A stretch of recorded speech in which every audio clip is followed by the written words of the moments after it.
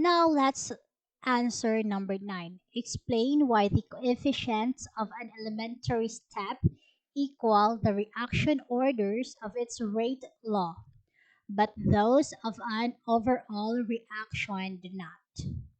Okay, so coefficient. Now if you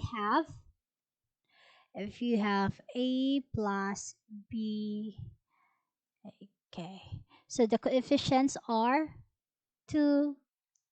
Okay, the coefficients are this. The number before the substance. It's the coefficient. Now we are going to explain why in an elementary step, okay, the step by step reaction mechanism, the rate law, the rate law is not the rate law of the elementary step is equal to the coefficient, okay, reaction order. If we have this reactant, we have K and A square and B square B1. Okay, but if this is an elementary step, now if it is not an elementary step and it's an overall reaction, why is it that we cannot look at the stoichiometric equation? We cannot use the coefficient to determine the value of m and n, or the orders. Okay, again, so in those previous videos, we talked that m and n can only be identified when through an experiment.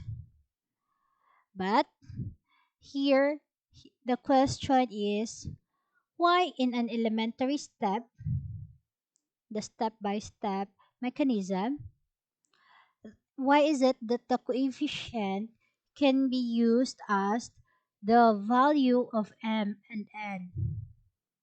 Okay, no, suppose we have this mechanism. Okay, so this is a third step mechanism. So we have NO plus NO, and this is a fast and reversible reaction. So we have N2O2. And then the N2O2 is used as a reactant, and then it was consumed. So this is uh this is an intermediate reaction, N2O2. And okay, so we have H2O and N2O. Now the nitrogen oxide is used as a product, and then it was used as a reactant, so it was consumed again. So we can cancel that one, and that's also an intermediate reaction. Okay, so we can have this an overall equation here, which is NO plus NO, that's 2NO plus 2H2, which yields to N2, and we have 2H2O. Okay, so class H2O is not an intermediate reaction. Okay, it's not an intermediate reaction, also the H2. Alright, so this is our overall reaction equation. If we are going to write the rate, and that is rate is equal to K times NO plus, oh, it's a product, so we have NO times H2. Notice that, okay, so this is our reg flow. Notice that we don't use the coefficient 2 and 2 as our exponents, because again, the overall rate law, we cannot determine its order unless we do an experiment. By just looking at an equation, we still can't determine the M and N. However, in the elementary steps, this one, elementary step 1, step 2, elementary step 3. In elementary step, we can have its rate. Okay. We can also determine the rate. So we have K times how many, okay, we have NO and NO. Notice that it's the same substance. So we will have and two NOs. So two NOs, okay, we use its exponent. We use the coefficient here because NO plus NO, that's equal to 2NO. Okay. So we use the coefficient 2 in our as our reaction order because it's possible. We can deduce the reaction order equation from an equation for an elementary step. Okay, now rate 2. We have K times NO N2O2, then we have H2. Okay, then we have rate also here. Rate is equal to K times the reactant. We have N2O times H2.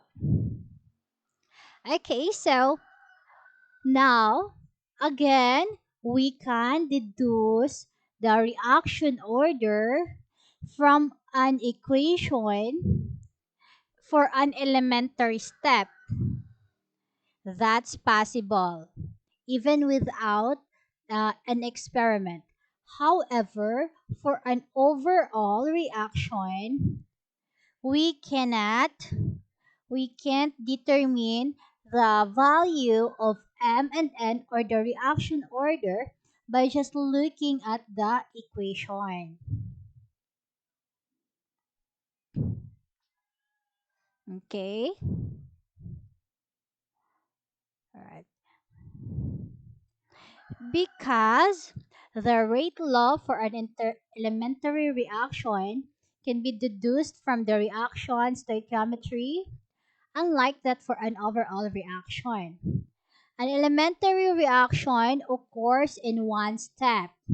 So its rate, because it's one step, because it's an elementary reaction, this one is one step.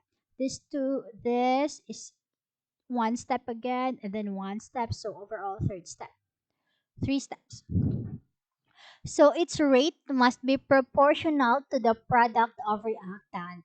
Okay, so the rate here is just proportional to the product of the reactant. Okay. And then, therefore, only for an elementary step, we use the equation coefficients as the reaction orders in the rate law. That is, reaction order equals molecularity. Also, class, we can determine the molecularity here.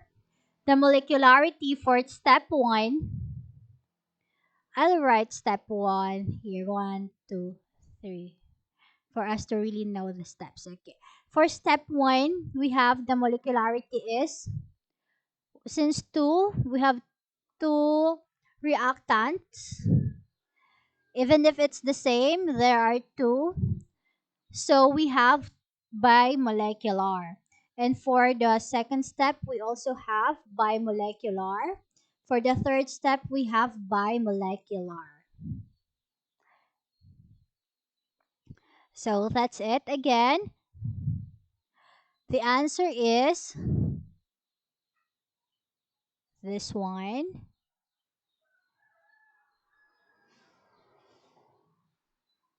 Okay. The rate law of an elementary reaction can be deduced from the reaction stoichiometry, unlike to the overall